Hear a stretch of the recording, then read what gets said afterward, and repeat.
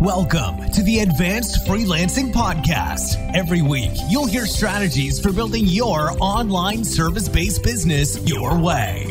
And now, here's your host, veteran freelancer, author, and TEDx speaker, Laura Briggs. Thanks for tuning in and being a loyal subscriber, hopefully, to the Advanced Freelancing Podcast. I'd so appreciate it if you hopped over to iTunes to leave me a review. It helps other people find the show. Today's episode is perfect for you if you've always been curious about the world of nonprofit grant writing.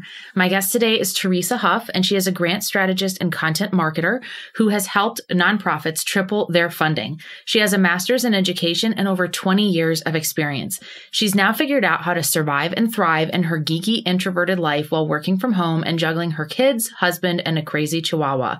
After winning several $1 million in funding for schools and nonprofits, her goal is now to equip other freelance writers to change the world.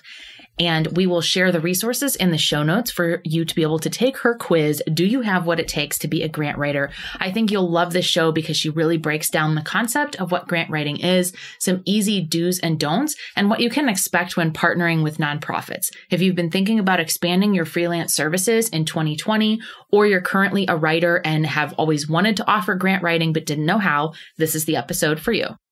Hello, everyone. It's time for another episode of the Advanced Freelancing Podcast. This one is way overdue because I've always been curious about grant writing, but didn't know what it involves. So we're hopefully going to be chatting about a lot of different things and as far as what grant writing looks like.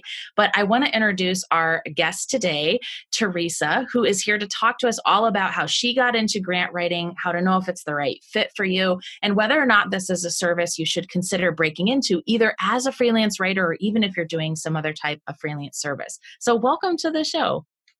Thank you. I'm excited to be here and thanks for inviting me. Yeah, I'm really happy to be able to talk to you. I think it would be helpful for our audience to know your before story. So how did you break into grant writing and what were you doing before this became your freelance passion?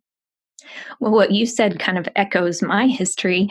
I always thought grant writing sounded interesting and I was pretty good at writing.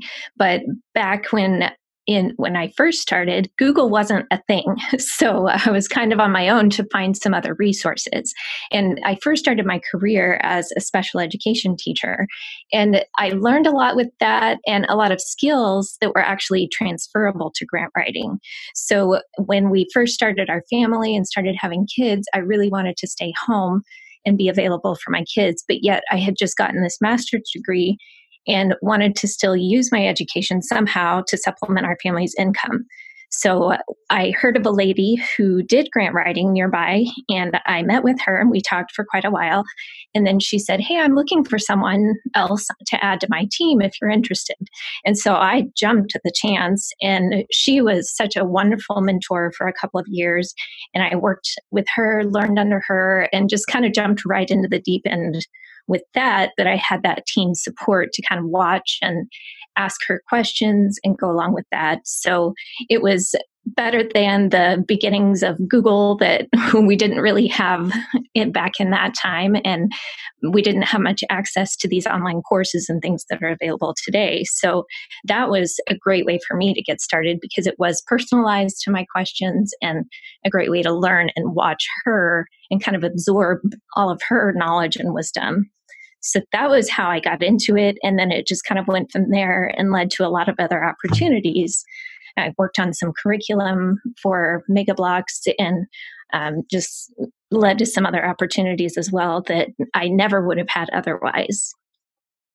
I love that because I always tell people, when you're interested in something new, start talking to someone who's done it, find the expert and follow the proven path. And I think a lot of times it's one of the reasons that us more established freelancers are so willing to help other people and provide expertise and do things like these podcast interviews because we want other people to know that it's possible to break in and that this is a real thing. I mean, my only regret is I wish I'd started sooner. When I was in graduate school getting my master's, I think I made $1,100 a month as a teaching assistant and my rent was like $600. So it's like I was always scraping by, right? And I had these writing skills that if I'd started to refine them then, it would have helped financially, but it also would have helped me launch my business. And I just didn't know about it. Right. And at the time, who knew. I mean, you Yeah. wouldn't have realized the expertise you had and how that can apply to different things. Exactly. And so now that we have the internet and so many more companies are open to working with freelancers and remote employees, we have a better chance. Like our possible pool of clients is much bigger than, previously it might have been limited to what agencies are in your area, or for you, like what nonprofits are in your area. Now you have a much bigger client pool. So what do you think are some of the misconceptions or confusing things about grant writing that kind of stop other people from jumping in? I hear a lot of these and a lot of different things around this. Grant writing is kind of this thing that everybody knows about, but it's a big mystery as to how to actually do it or what it really is. So one of the most common things that I hear is just, oh, let's just start a nonprofit. We'll get some grants to fund it and get it going that way. But that's not how it works. Funders don't want to be your first dollar or your only dollar. So they don't want to fund you if you're not making money already and serving clients and well established. So it's not a good way to start up a nonprofit, but it's a great way to supplement the programs you're already doing. Another thing I hear often is that if you're not serving any clients yet, which I kind of alluded to, then the funders typically don't want to fund that. They want to see, do you have numbers? Do you show that there's a need? Do you have people asking for more services? And you have this program extension that you want to add on that you just can't fund quite yet, but you have the people coming in and needing it, and you have actual proof of that. So they want to see the proof. I like that a lot. So how did you know was it in the early days of learning this from somebody else and starting to work on it? How did you know that this was going to be a fit for you? Were there certain aspects, like I know for me, writing blog posts is a great fit for my personality because I like quick projects where there's minimal revisions. What kind of personality traits do you think play in well to being a grant writer? A lot of that went back to, I always liked to write, and I always had a book in my hand, so I was always reading. Not that you have to be, but it's helpful if you have those writing skills and at least enjoy it. In special education, I did a lot of writing and paperwork, and we learned how to write good goals and objectives. That was a huge piece of the paperwork and the writing that we had to do. And there was a long description we had to do about each student and that narrative. And I really enjoyed that part of it. And those skills really transferred to grant writing well, because you do have to write a lot of goals and objectives. You have to figure out which elements of this program should we pull out and which things do we need to really highlight and work on. You kind of have to strategize as a bigger piece of the picture. And so those skills were really helpful in doing that. And it's helpful if you're good with numbers and budgeting, kind of those all around skills. But if you have some strengths kind of in one of those areas, it's really helpful. That is great for people who are thinking like, would this be a good fit for me? So maybe you could break down in, sort of 30 to 45 seconds, what does a grant writer really do? And if it's helpful for you to be like, this is what a typical day looks like for me, we could go that route too. So I'd be curious, like the perception of what grant writer is might be different than the reality. So I'm curious to hear what you would describe as a grant writer's core functions. Right.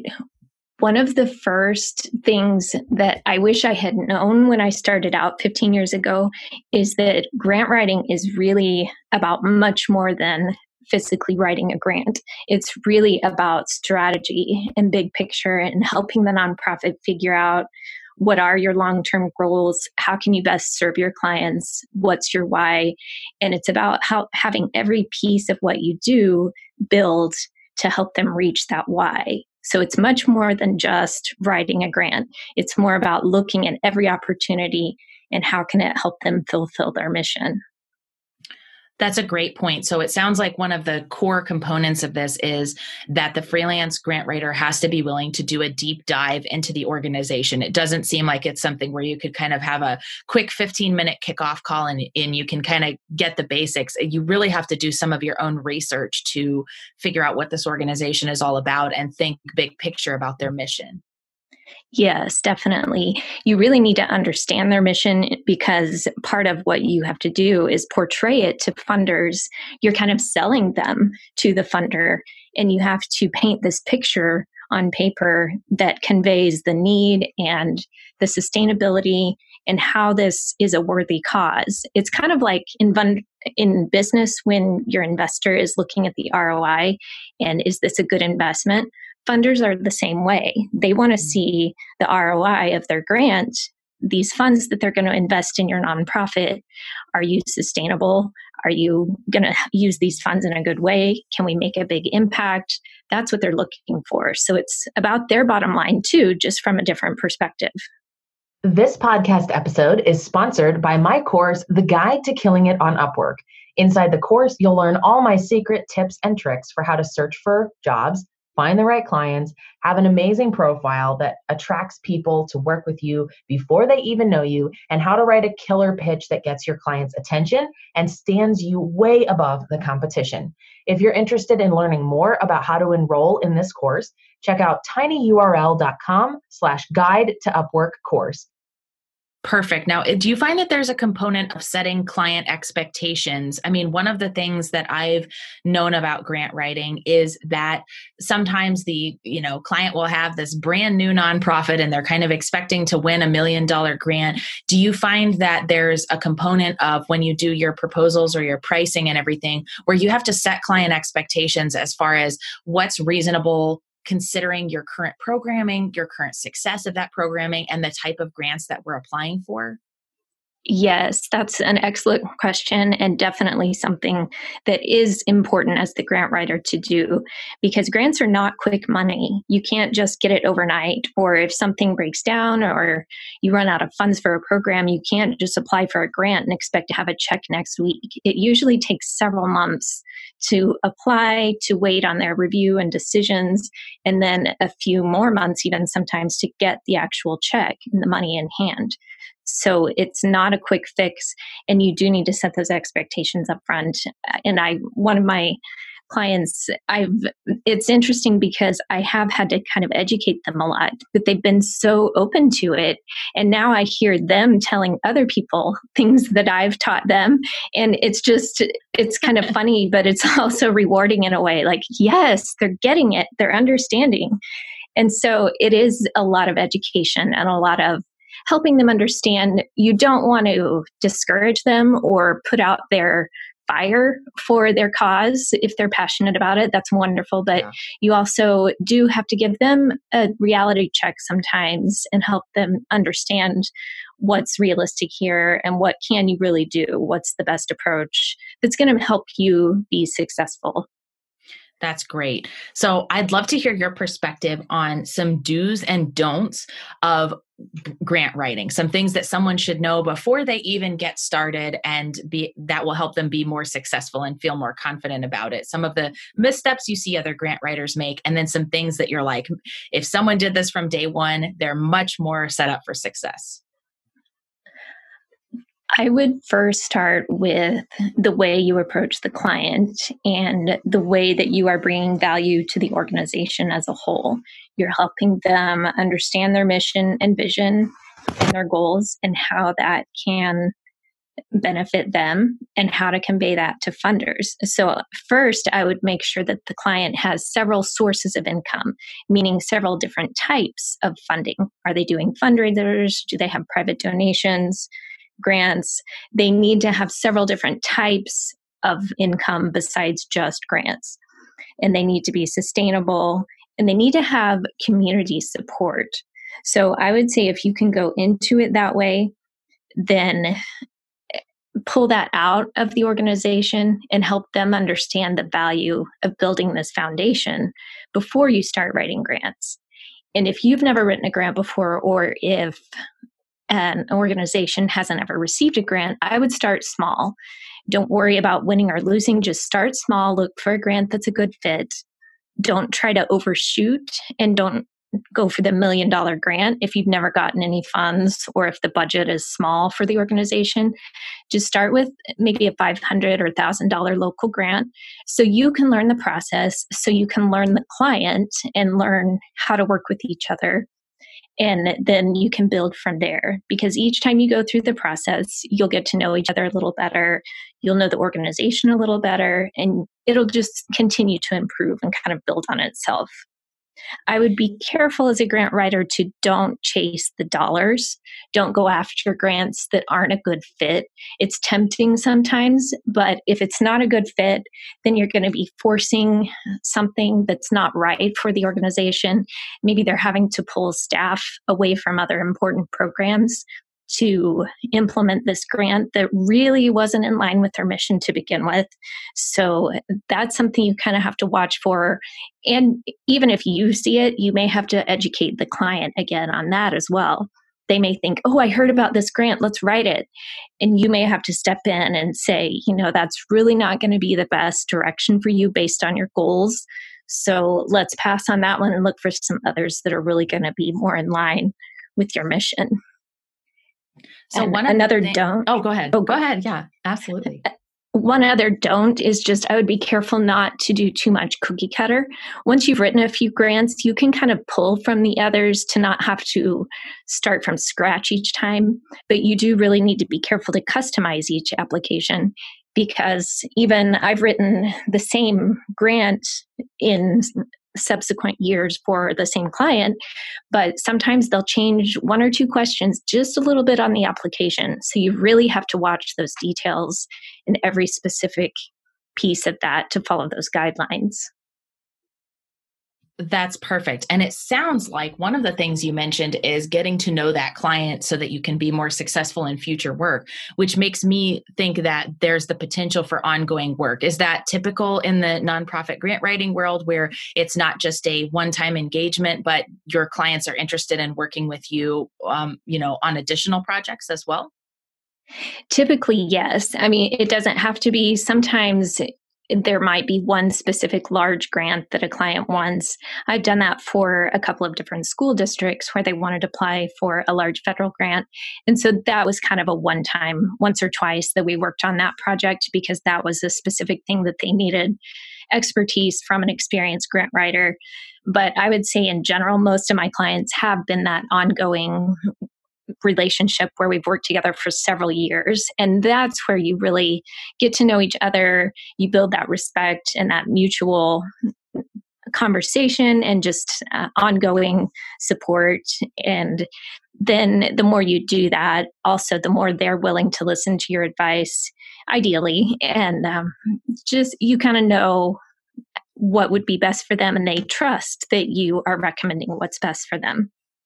That's perfect. It definitely is an opportunity to build value from day one and still have some of those one-time projects, but also be able to work on again and again with clients where you do a really good job. So I know that not everyone is probably the right fit to be a grant writer. Can you talk a little bit? I know that you have a quiz, for example, to help people figure out, hey, is this type of freelance service right for me or not? Maybe you can speak a little bit about what that quiz is like and some things that might give people a sneak peek as far as, oh, I'd be a really good fit to do this. Yeah, I thought that would be a great way just for somebody to kind of take a little piece of the mystery out of it and just see, is this right for me to even start? And so it's at my website, teresahuff.com/bizquiz. And it just kind of goes through a few questions, maybe 10 or so questions that kind of evaluate your level of expertise and interest in certain areas. Do you hate budgets? Do you love writing? Kind of goes through those different things. And it covers different types of actual skills and also some interpersonal traits and your internal characteristics as well. So it kind of goes through all of those areas and then puts it together just to give you some feedback on what would your next steps be and what could that look like for you. Oh, I'm so excited to be able to share that resource with my audience, because I think there are some writers out there and then some people in other freelance services who are thinking, I've always been interested in this, but I don't know if I have enough information to make a firm decision yet. So it's really been a pleasure to get to speak with you, and I look forward to sharing this episode. Thank you so much for your time to come on the show. Thank you. It's been great. I've enjoyed it, and I hope it's been helpful to encourage writers out there to give it a shot. I would say just start small and try it, and think of it as a learning experience with each grant you write. Whether or not you win, just keep trying and give it a shot. So, yeah, I would say go for it and give it a chance. Excellent advice. Thank you.